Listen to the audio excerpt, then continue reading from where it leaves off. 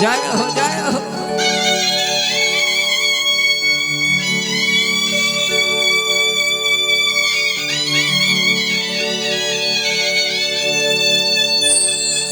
सही फूकत रही रहुआ।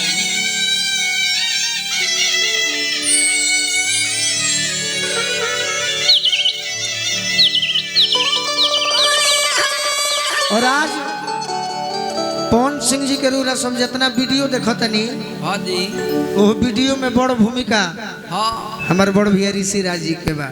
वाह वाह। गीत संगीत में त्रुटि हो जाला क्षमा करब सभे प्रयासे करो तनी जीवन भर। हाँ जी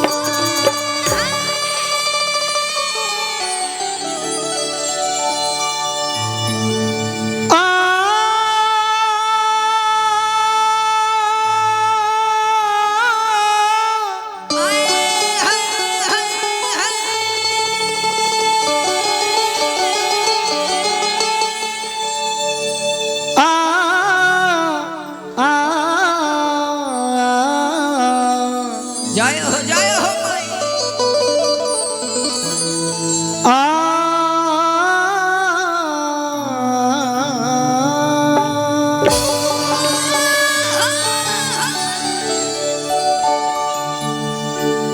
देखी माई के भजन सभे गावेला।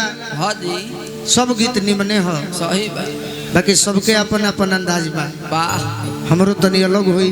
हाँ हाँ समझे वाला लोग होई तो शुरू में समझ जाए। हाँ जी।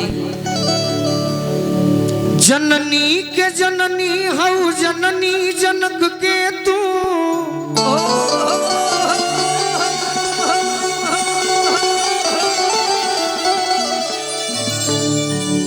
जयती जयती जयकार जग जननी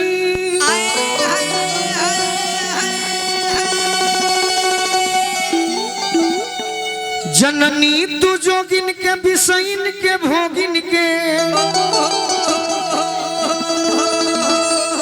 सभकर जननी हमार जग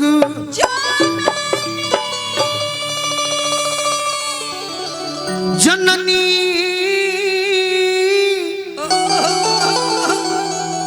होना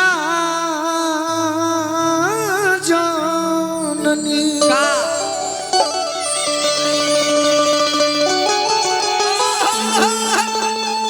जननी होना जननी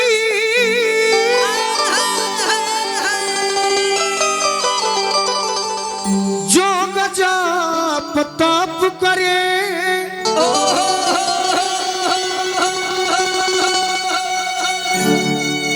जननी न वेद हम गवार जग जननी जननी अजननी हो जाना जन्म दुआ चाहत काबा गोलू राजा लइका तोहार जग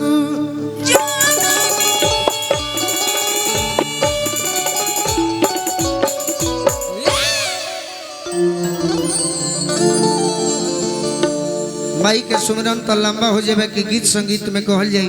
हाँ जी कंट्रेबल। चंदन भैया गीत हम भजनों में बहुत गौ लेबे जना के गिनती ना हुई ना लेकिन आज कुछ यूट्यूब वाले भाई खाते नया दे देते नहीं।